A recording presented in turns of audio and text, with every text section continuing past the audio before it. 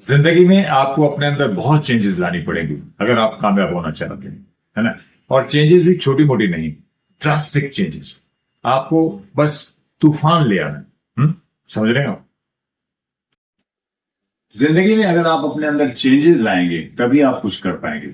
और चेंजेस भी छोटी मोटी नहीं, आपको ये सोचना पड़ेगा कि मुझे अपने आप को बदल देना है, बस तूफान ले आना है।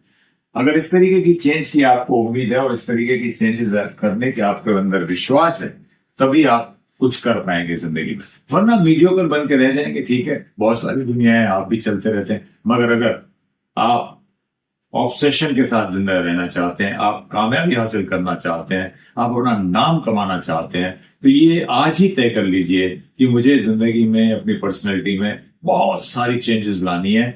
और एक टारगेट फिक्स कर लीजिए। टारगेट किस चीज का? समय का। 5 महीने, 6 महीने, 1 साल। 1 साल में मैं दुनिया को दिखा दूंगा कि मैं कितना बदल गया हूं, पॉजिटिवली कितना बदल गया हूं। तो अगर इस तरीके का विश्वास आप लेकर चलते हैं और उसके लिए कड़ी मेहनत करते हैं, तो आप कुछ कर जाएंगे जिंदगी में। अमिताभ बच्चन, जावेद अख्तर साहब को मैं एक बार सुन रहा था, तो जावेद अख्तर साहब ये कहते हैं कि अमिताभ बच्चन बनना बड़ा मुश्किल है। अब क्यों मुश्किल है भाई?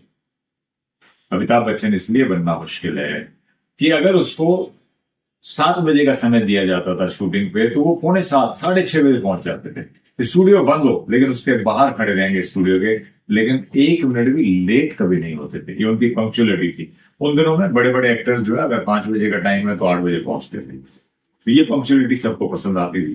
तो एक तो रीजन ये भी था कि उसे कास्ट किया जाता था। उसके बाद शुरुआती दिनों में उनकी आवाज रेडियो पर रिजेक्ट हो गई, लेकिन उन्होंने हिम्मत नहीं हारी। उन्होंने कहा कि मैं अपने आवाज के बलबूते पर कुछ कर दूंगा।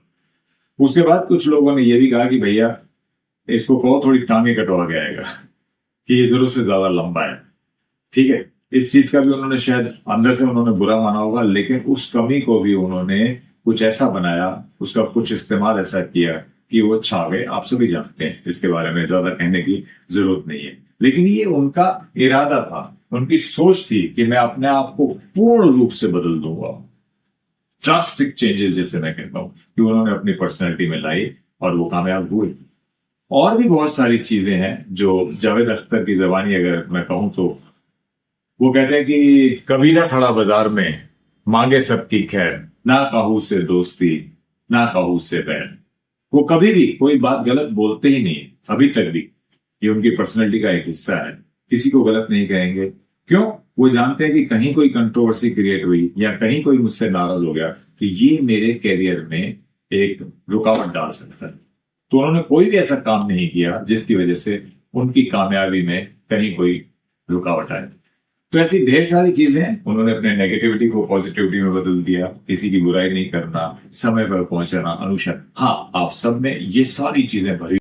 मेहनत का गुण अगर आप में भरा हुआ है और किसी चीज पर आप फोकस कर सकते हैं, तो आप भी अमिताभ बच्चन बन सकते हैं, है ना।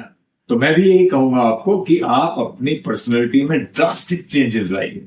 अगर सही मायने में आप जिंदगी में कुछ करना चाहते हैं, तो तूफान ले आइए और ये समझिए कि 6 महीने में, 8 महीने में, 1 साल में आप कामयाब शख्स बनते रहेंगे।